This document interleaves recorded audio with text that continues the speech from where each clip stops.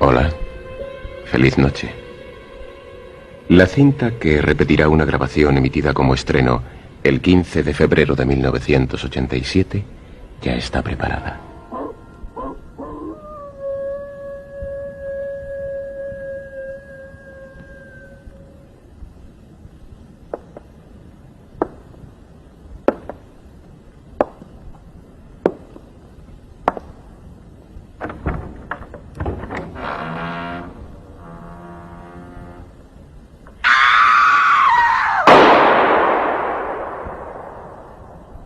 Miedo. En efecto, pertenecía y pertenece a una serie que se titulaba y se sigue titulando Miedo.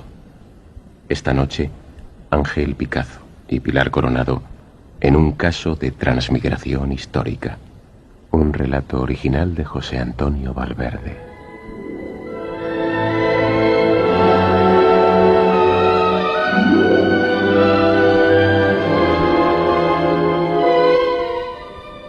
Los verdaderos precedentes de aquellos extraños y misteriosos sucesos que más tarde el doctor André Fortier iba a protagonizar, hay que situarlos en una primavera de hace ya muchos años. André Fortier, médico internista y forense, estaba considerado en la sociedad de París como uno de los grandes de la medicina tradicional.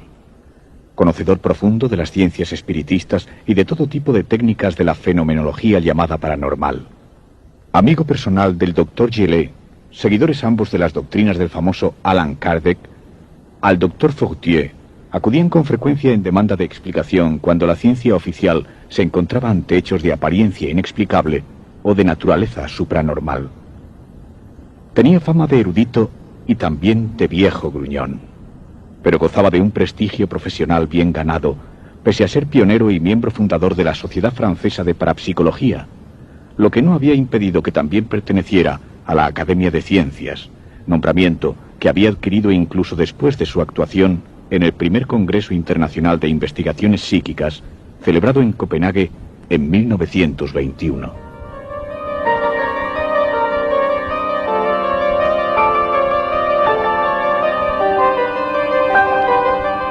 Aquella tarde, el doctor Fortier estaba realmente gozoso, comprobando el resultado de unas investigaciones psicofónicas que había obtenido su viejo amigo Émile Boudet. No obstante, la dudosa fidelidad del documento les había sumido en esta discusión. No, Boudet, no se empeñe, no dice socorro. Es usted quien lo pone con su maldita imaginación. Doctor, llevo 2 semanas escuchando esta misma cinta. ¿No me lo puede discutir? Hágame usted el favor. Déjeme escucharlo por 5ª vez.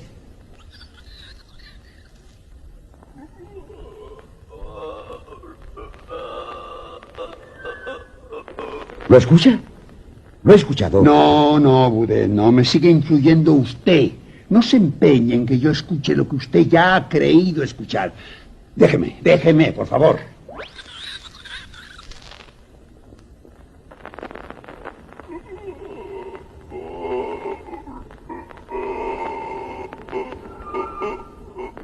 Lo siento, pero ya no distingo la fantasía de la realidad. Me ha influido demasiado usted. Esto es frecuente, Boudet. Si usted me pone una cinta borrosa y confusa y me dice antes lo que tengo que escuchar, acabo escuchando lo que usted pretende. Y para mí pierde toda la seriedad. Pero, doctor, es usted quien se empecina ahora en no quererlo escuchar. Le digo que la cinta reproduce claramente esa voz. ¡Socorro! ¡Socorro! Y que luego se escuchan como unos gritos que parecen de ultratumba y que pertenecen a un grupo de niños maltratados y atemorizados. Ay, sea sensato, Boudet. Es preciso que podamos escucharlo con nitidez. Yo no puedo atentar contra mi prestigio aportando unas pruebas dudosas, que, como sigo diciendo, parecen más producto de su fantástica imaginación. Bien, ahora voy a callarme por completo y usted escuchará la cinta, doctor. Pero antes, tiene que saber que las psicofonías proceden de la cripta de San Damián.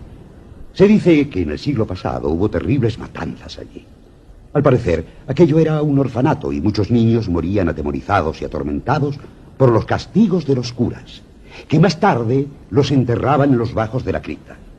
Incluso se cuenta que después de algunos años, un grupo de hombres que habían salido de allí formaron un pelotón de venganza y asaltaron el convento dando muerte a más de una docena de frailes en una espantosa matanza. Póngamelo por sexta vez y haga el favor de mantenerse callado.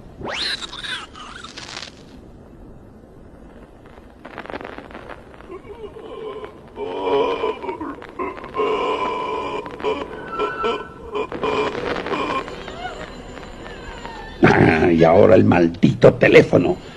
Marcela, Marcela, coja el teléfono, mujer. Y no quiero interrupciones, no estoy para nadie. Vamos a ver. Póngalo una vez más.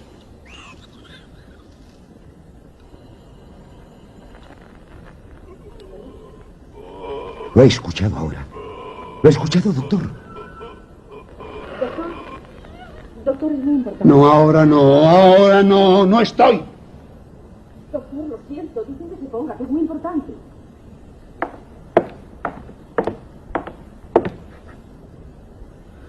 ¿Quién es? Dígame, ¿quién es?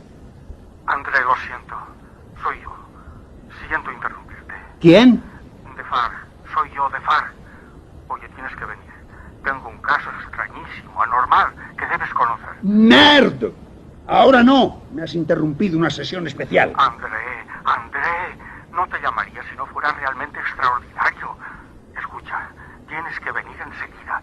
Tenemos un caso que solo tú puedes interpretar. Se trata de una niña, ¿sabes? Es una niña francesa que nos ha venido en estado grave. ¿Y para eso me llamas? ¿No tienes otros médicos en tu hospital? Una niña. ¿Cuántas niñas se mueren en esta maldita ciudad? ¿Quieres escucharme, André? Te digo que es un caso muy particular. La niña vino en estado gravísimo. Y cuando creíamos que se nos iba, cuando clínicamente yo la daba por muerta, ha sufrido una extraña reacción, ¿sabes? De pronto ha comenzado a hablar. Pero la niña es francesa y ha comenzado a hablar en alemán. ¿Te das cuenta? En alemán. En perfecto alemán. Sigues ahí, André. Los padres no logran entenderlo. Dicen que jamás habían oído en su casa una palabra de alemán, que no tienen ni han tenido ningún antecedente alemán. No se tratará de una bilocación. Eso no es una bilocación. En todo caso, parece un fenómeno de xenoglasia, aunque resulta extraño. ¿Cuántos años tiene la niña? 13. André, por favor, procura venir cuanto antes para acá, si no quieres que acabemos todos locos. Según parece, la niña está contando historias terribles.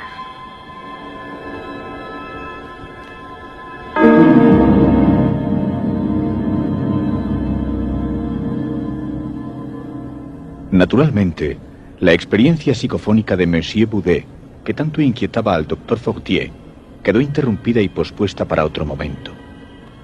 Sin perder un minuto, el doctor Fortier se presentó en el centro asistencial del que era colaborador y donde la niña llevaba ya 2 días internada y asistida por el cuadro médico, que luchaba denodadamente por salvarla de una gravísima lesión cerebral, cuando se vieron sorprendidos por una reacción inexplicable. La criatura había recuperado el conocimiento y el habla inesperadamente, pero se expresaba en un idioma que no era el suyo y que ni siquiera había escuchado jamás. Defarge, el director, le esperaba con total impaciencia. Pasa, Fortier. A la niña la tenemos aquí. Hemos necesitado la intervención de un traductor. Dice que cuenta extrañas historias, pero afortunadamente tú te desenvuelves en alemán. Pero la niña ha dejado de hablar totalmente en su lengua. ¿Ha dejado de hablar francés? La niña tan solo habla alemán, pero un alemán perfecto, como si lo hubiese hablado toda su vida. Y además se expresa como una mujer mayor. Doctor, gracias por venir. Confiamos tanto en usted. Está bien, está bien. Por favor, doctor, tiene que hacer algo. No lo reconoce. ¿Y esa niña cómo está? Veamos. Guten Abend. Guten Abend, mein Doktor. Wie geht es Ihnen? Danke, gut. Sehr gut. Ah, pero esta mujercita está muy bien. Ha sido realmente increíble, André. Te juro que la tuve muerta entre mis brazos. Desaparecieron todas sus constantes. Aún puedes ver sus heridas en la cabeza. Después, inexplicablemente, la niña reaccionó, pero ya no era una niña, era una mujer. Se me quedó mirando con una sorpresa infinita y tuve la sensación de que su mirada era una amenaza para mí. Cuando se puso a hablar, ya no logramos entenderla. Y ahora, lo que nos cuenta por boca del traductor son cosas fantásticas que más parecen obra del diablo. El doctor Fautier exigió quedarse a solas con la niña y durante más de una hora estuvo dialogando con la pequeña, quien efectivamente se expresaba con total coherencia y claridad. Negó llamarse Beatriz. Su nombre era Helga Schroeder, y no sabía qué estaba haciendo allí. Exigía que la dejaran marchar. En su casa la necesitaban, la estaban esperando.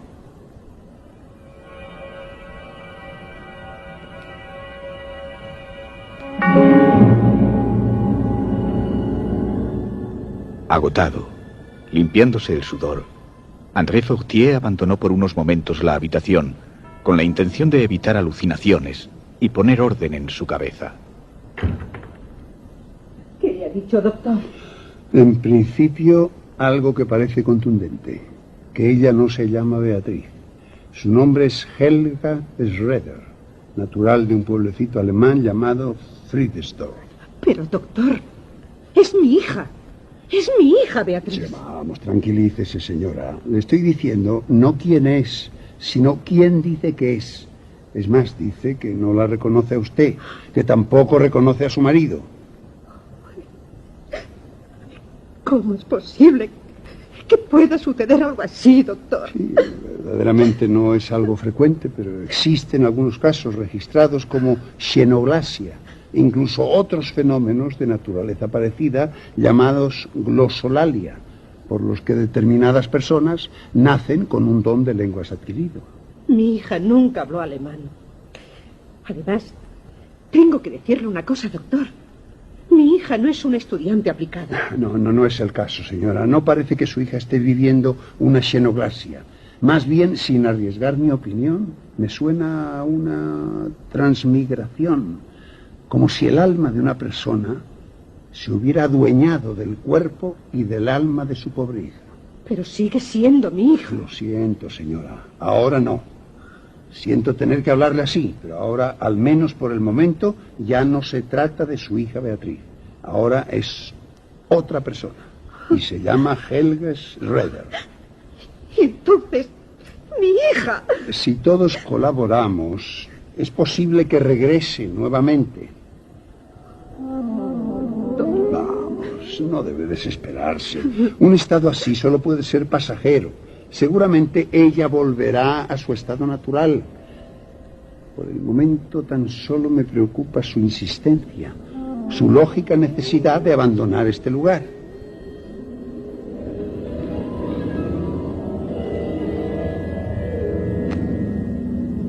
En contraste con la profunda amargura de unos padres que no lograban entender lo que había sucedido en el interior de su pobre hija, a la que temían perder, el doctor Fautier encontraba aquella inexplicable situación como algo verdaderamente fascinante, además de sobrenatural.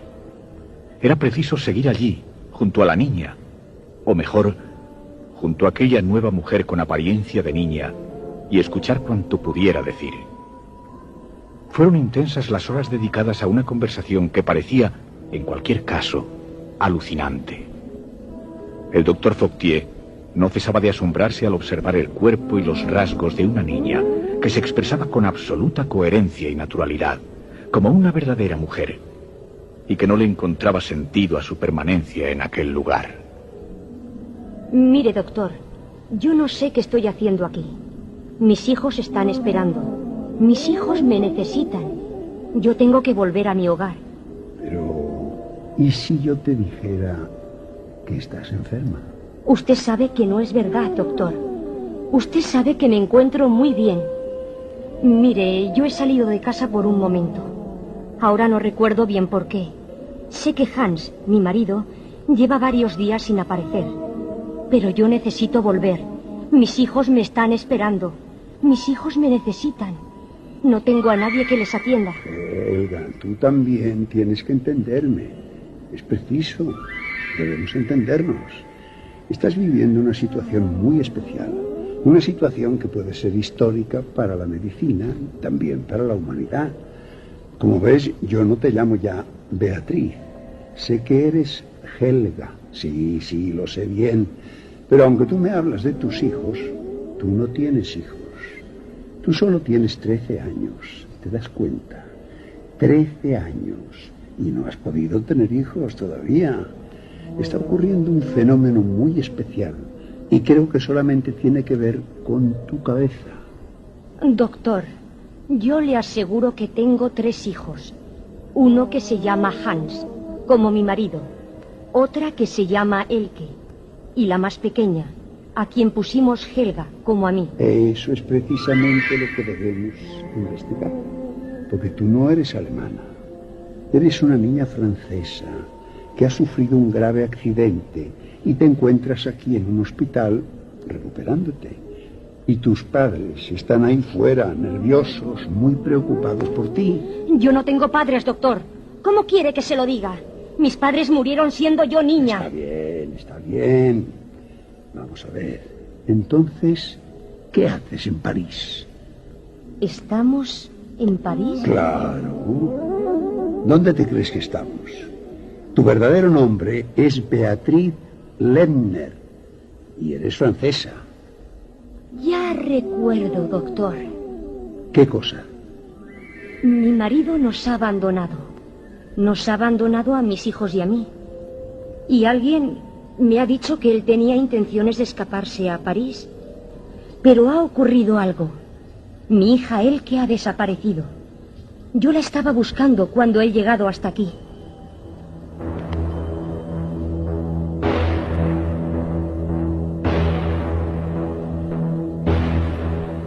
Todavía surgieron más datos. La pequeña Helga, o la pequeña Beatriz, aportaba otros datos que, aunque sorprendentes, no dejaban de ofrecer coherencia. El doctor Fortier empezaba a desesperar. Pero lo verdaderamente difícil, lo verdaderamente patético, era enfrentarse a la realidad de unos padres que no lograban aceptar una situación tal y que estaban decididos a llevarse a la pequeña a su casa. Tienes que venirte con nosotros, hija.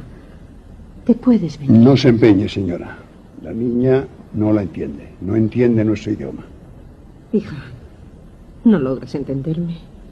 No reconoces a tu padre. Por duro que sea, yo les pido que se marchen a casa. Ella no comprende lo que usted le está diciendo. Es una persona extraña y lo más que vamos a conseguir es asustarla. ¿No se da cuenta? Pero yo tampoco puedo más, doctor.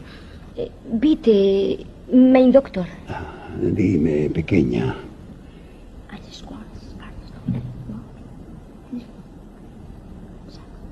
Señora, dice la pequeña que usted le da mucha pena, pero que no debe llorar, que ella sabe lo que es perder una hija. Se da cuenta. No debemos por el momento hacerla sufrir. Váyanse ahora, por favor, y traten de descansar. Tan pronto como los padres abandonaron la clínica, la niña volvió a entrar en trance de recuperación. Doctor. Dime, pequeña. Ya recuerdo. Ahora recuerdo. Yo salí en busca de Elke, mi hija. Sí. Era una noche de fuerte tormenta. Les pedí a los otros 2 que se quedaran en casa y salí a la calle. Recuerdo que llegué hasta el puente viejo. Sí, junto a las vías del tren. A mi hija Elke le gustaba ver pasar el tren. Y la vi, sí, la vi. Por eso la llamé. ¡Elke! ¡Elke! Estaba asustada, doctor, muy asustada. Pero ella me oyó. La vi a lo lejos que ya venía hacia mí. Claro que me oyó.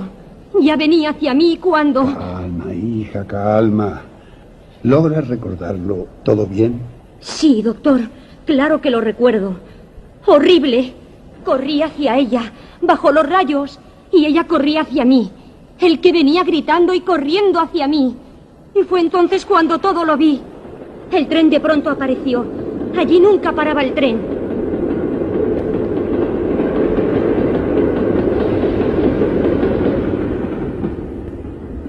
Por eso el que voló por los aires. Y aquel maldito tren la arrolló y se la llevó. Busqué. Estuve buscando su rastro toda la noche, pero mi hija no apareció. Eso sucedió, doctor. Mi hija no apareció. Se la había llevado para siempre ese maldito tren.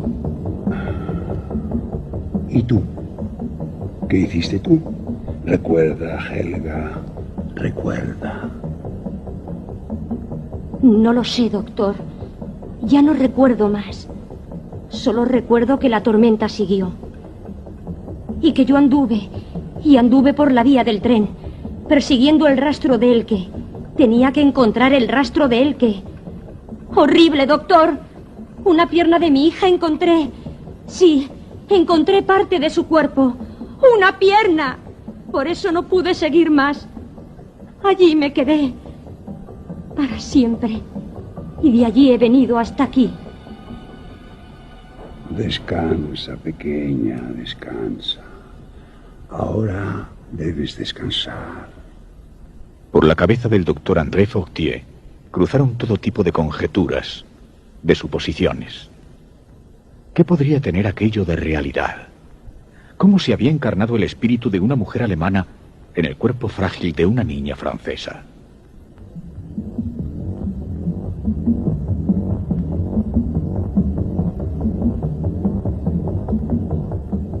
Las 24 horas que siguieron, mientras diagnosticó absoluto descanso para su paciente, movilizó todas sus influencias hasta obtener algunos datos que le resultaron sumamente reveladores. En un pequeño pueblecito alemán, dependiente del municipio de Bad Homburg, existía una familia llamada Schroeder. Más aún, allí vivía una mujer llamada Helga Schroeder, hija de Helga y de Hans.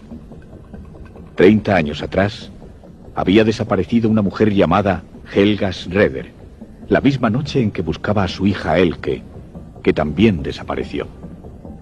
Del padre no se tenían noticias.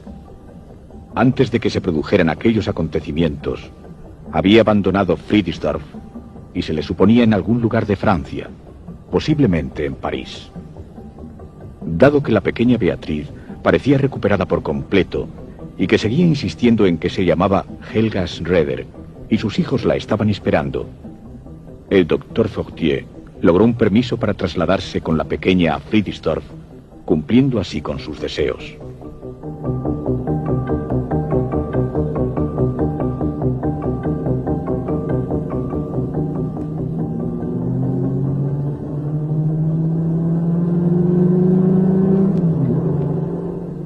Cuando el coche atravesaba la bella y bien cuidada ciudad de Bad Homburg, la pequeña Beatriz, o la encarnación de Helga, dijo, después de un estremecimiento: Ya estamos llegando.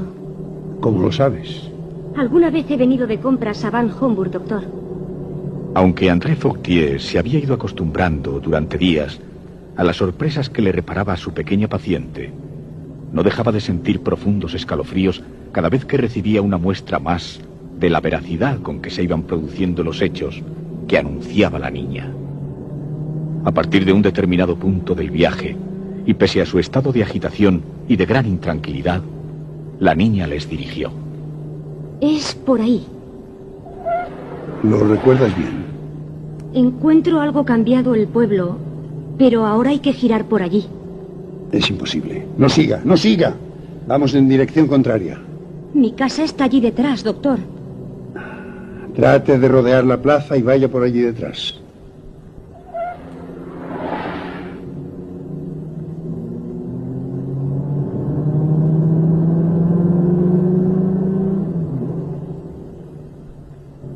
Esa es, doctor. ¿Esa es tu casa? Sí, doctor. Aunque también la encuentro cambiada. Han debido arreglar la fachada. Ante una pequeña casita, adosada a otras tantas, con un minúsculo jardín a la entrada preservado por una verja, el coche se detuvo. ¿Estás segura de que es aquí? Tengo un extraño presentimiento, doctor. Es como si mis hijos no me estuvieran esperando ya. Un muchacho pequeño, con la cara llena de pecas y el cabello pelirrojo como el de una panocha, apareció en el umbral. Desde la puerta misma, al ver a una gente que le era extraña, llamó a su madre. Entonces apareció una mujer como de 30 años, grande y oronda, que preguntaba a los visitantes qué deseaban. ¡Es ella! ¡Es mi hija, doctor! Tras aquella exclamación, la pequeña Beatriz, o Helga, quien quiera que fuese el personaje que encarnaba aquel cuerpecito frágil de tan solo 13 años de edad, sufrió un profundo desmayo y cayó en los brazos del doctor.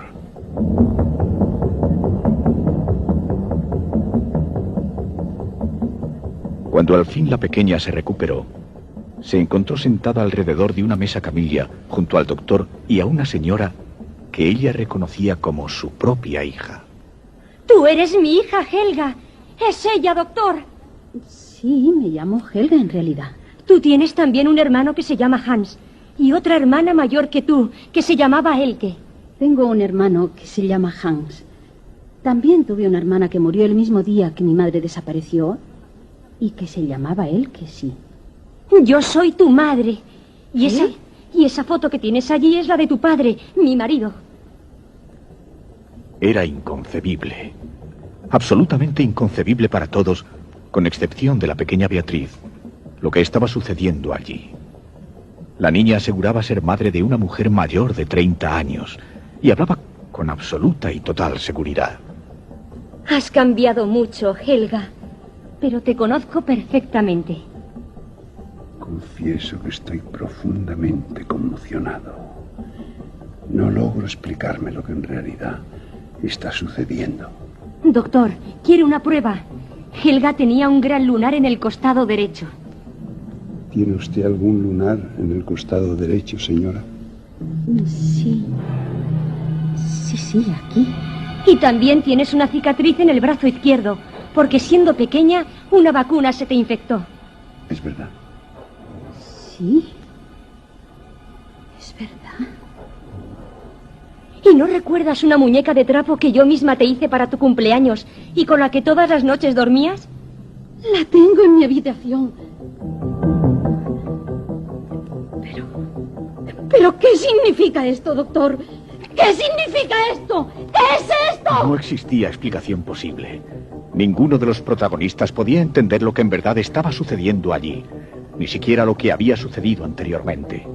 Las incógnitas se iban multiplicando cada vez más, provocando mayor confusión. ¿Pero cómo esta niña puede saber estas cosas, doctor?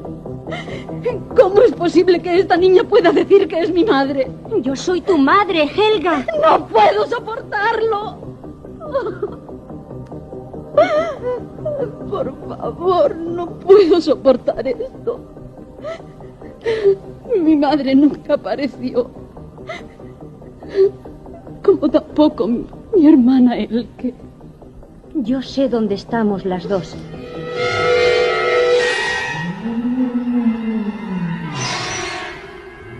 Abandonaron la casa y cruzaron la ciudad a pie.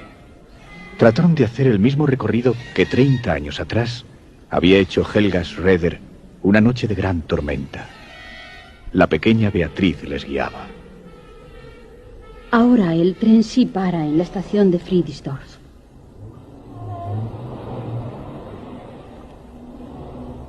Esto lo han cambiado. Aquí había un gran descampado. No existían estas casas, ni estas calles. Sí, efectivamente, la ciudad ha sufrido una gran transformación. Pero debe de ser el camino que recorrió mi madre si buscaba a Elke en la estación.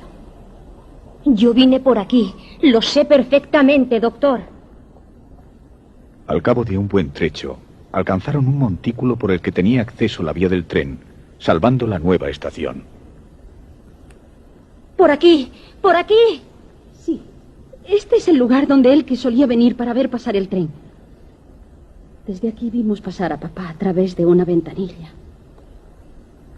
Creo que él sabía que nosotras estaríamos aquí, viéndole marchar. La pequeña Beatriz sintió como un ligero desvanecimiento y el doctor Foctier tuvo que sostenerla con sus brazos. Beatriz, Helga, ¿Cómo te sientes? ¿Te encuentras mal? ¿Quieres que nos paremos a descansar? Seguimos, doctor. Por aquí. Fui por aquí. Allí lejos estaba mi pequeña Elke cuando yo la llamé. No puedo más, doctor. No puedo más. ¿No cree que debemos abandonar? No. Aquí justamente la atropelló el tren. Yo iba corriendo hacia ella, pero fue aquí. Y entonces la vi saltar por los aires. Dios. Y corrí detrás del tren. Lo recuerdo ahora muy bien, doctor. Corrí siempre detrás del tren.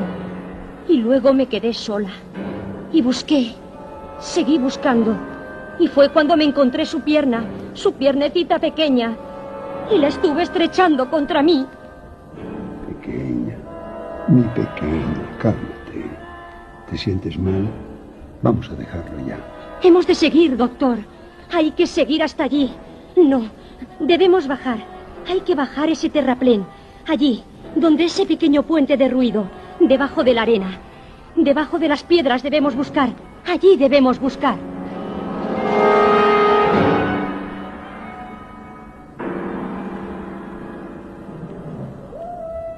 Hizo falta la intervención de varios piquetes de la policía municipal para escarbar sobre aquellos escombros. Nadie sabía exactamente lo que estaban buscando allí. Sin embargo, después de revolver la tierra, después de levantar las piedras que durante más de 30 años se habían ido desprendiendo de las vías del tren y que miles y miles de días de lluvia habían ido acumulando a la vez, surgió de los infiernos una escena truculenta, horrenda, fatal.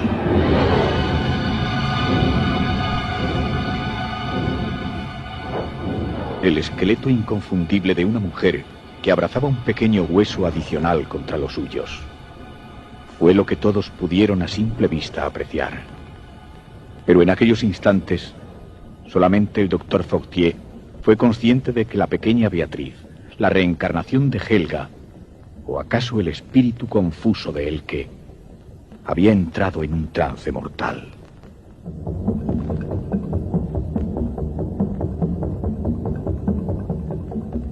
Bajo su responsabilidad, en estado comatoso, sin recuperar el conocimiento, el doctor Fortier decidió viajar nuevamente hasta París, prodigando toda serie de cuidados a la niña, que ya no volvió a pronunciar una sola palabra en alemán. Cuando llegaron a las puertas de la clínica del doctor Defarge, después de un largo y penoso regreso, todo el equipo médico estaba esperando la entrada de la pequeña Beatriz para ponerse a su disposición. Habían vuelto a hacer aparición los mismos síntomas del día de su ingreso, cuando fue internada urgentemente por culpa de una grave lesión cerebral. Los padres de Beatriz, naturalmente, también estaban allí. Y la única vez que la niña dijo algo, que habló en un estado de semi-inconsciencia, fue cuando su madre la tomó en sus brazos al fin. Mamá. Me ha reconocido. La ha reconocido, doctor.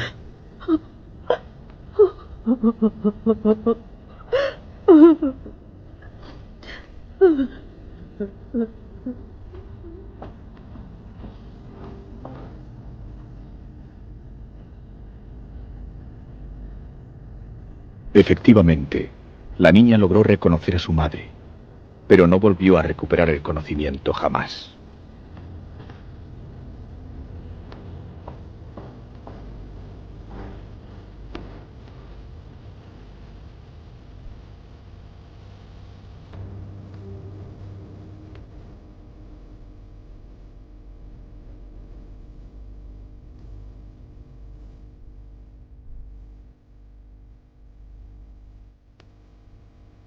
Este es uno de los numerosos casos que tiene registrados la medicina francesa de alguien que, durante años, manteniendo las constantes vitales en su mínima expresión, no consigue recuperar la consciencia jamás. La madre aún le dijo al doctor Fortier: No me importa, doctor. Me ha reconocido. Mi hija me ha reconocido. Y yo estaré siempre con ella. Seré sus manos, sus ojos. Seré su corazón.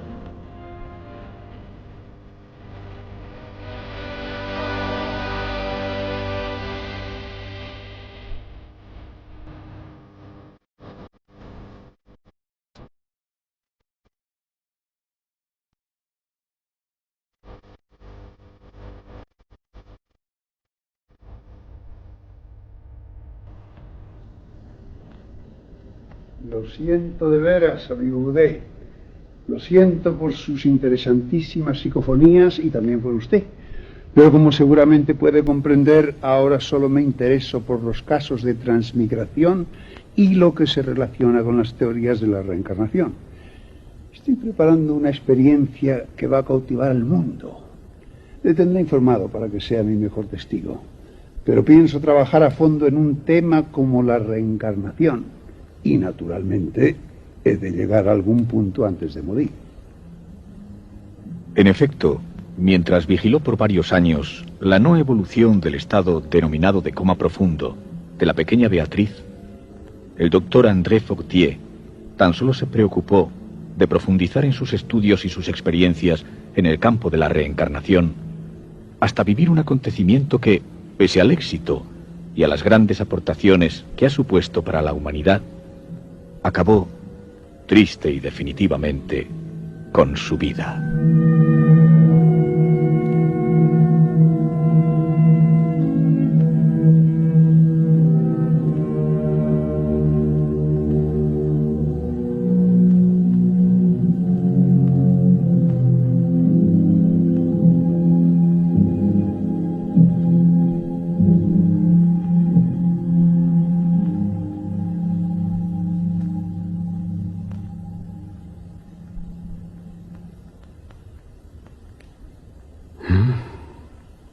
Un suspiro, un poco de alivio, porque el relato ya ha terminado.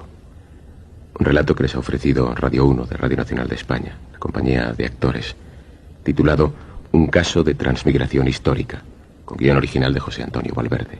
Intérpretes: Ángel Picazo, Pilar Coronado, Elena Espejo, Héctor Sturman, María del Carmen Mora, Aníbal Vela, Leopoldo Rodau y Aurora Vicente.